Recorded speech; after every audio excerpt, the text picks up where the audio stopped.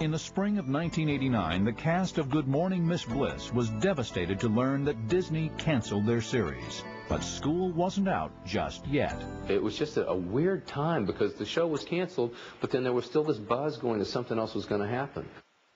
NBC President Brandon Tartikoff wasn't about to throw in the towel on Good Morning Miss Bliss. He had other plans for his pet project. When Disney decided not to go forward, Brandon called me in and said, let's do this as a Saturday morning show. Let's keep Mr. Belding and Zach and Screech and Lisa. He said to me, we're losing the high-ender audience, which at that time was 10, 11, 12. With the cartoons, they were losing them. And he wanted to try a comedy, a live-action show with young people that he felt could capture those. Producers went back to the drawing board and came up with a new game plan. The young people would be the stars of the show, and the adults would be secondary. Well, there would be no more Haley Mills. So the show essentially would be about the lives of young people beginning high school.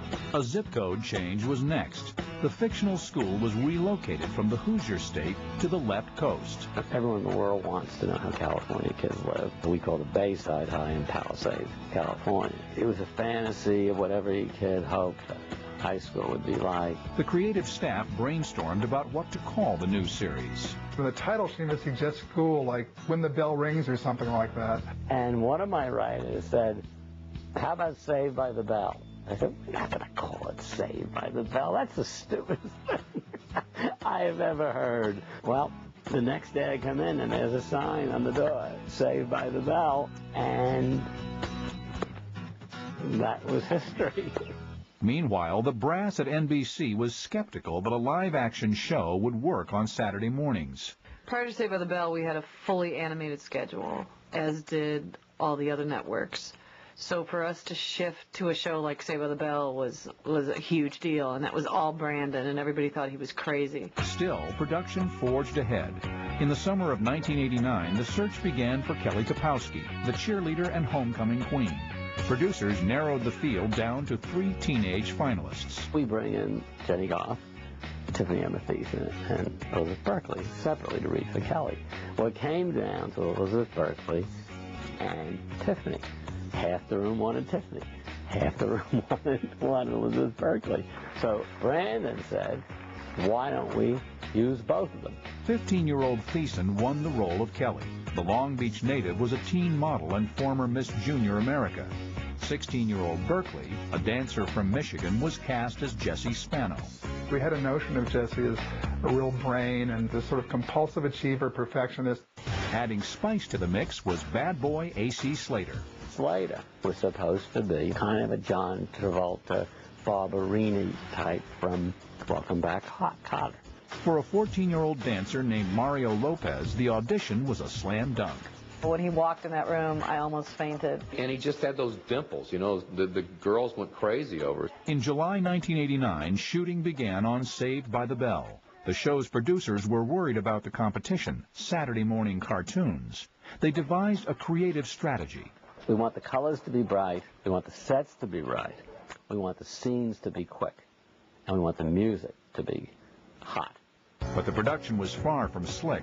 The teen cast struggled to learn the sitcom ropes. They were so young then, and they were pretty green. Everybody was getting their feet wet on the first shows, trying to find themselves. Including the stage crew. We did not have a great crew on my first show, and we couldn't get through a scene without some camera hitting the lights. And the kids were interrupted time and time again because some flaw, something went down wrong within a scene. As the premiere date approached, producers felt the heat. We'd already had one, quote, failure. I mean, Miss Bliss didn't work the way they wanted to, so they were all on the line. So those guys felt a lot of pressure. In late August 1989, Saved by the Bell was finally ready for air. Tartikoff planned a high-profile kickoff. Brandon decided, let's launch it in prime time in the summer. And so we were on 3 weeks in a row. On September 9th, the series took its regular place on the Saturday morning lineup. Do you boys take these girls to be your school wives? Oh, you bet. I guess. Woohoo! That's what Mrs. Belding said when we got married. The chipmunks were all leading, and we were against a rabbit and a dog. It sounded funny, you know, your competition's Bugs Bunny. But the jokes were lost on TV critics. They hated us. LA Times destroyed it. New York destroyed it. The reviews are brutal. And they're picking on the kids. They're saying nasty things. Tiffany Amber Thiessen making fun of her name. It was that kind of thing, you know, which was uncalled for. As a kid, you can think all these horrible things. Oh, no one likes the show. Oh, man, I suck. I'm a horrible actor. No one likes my work. You know, I'll never work again. Coming up. He had written Tiffany and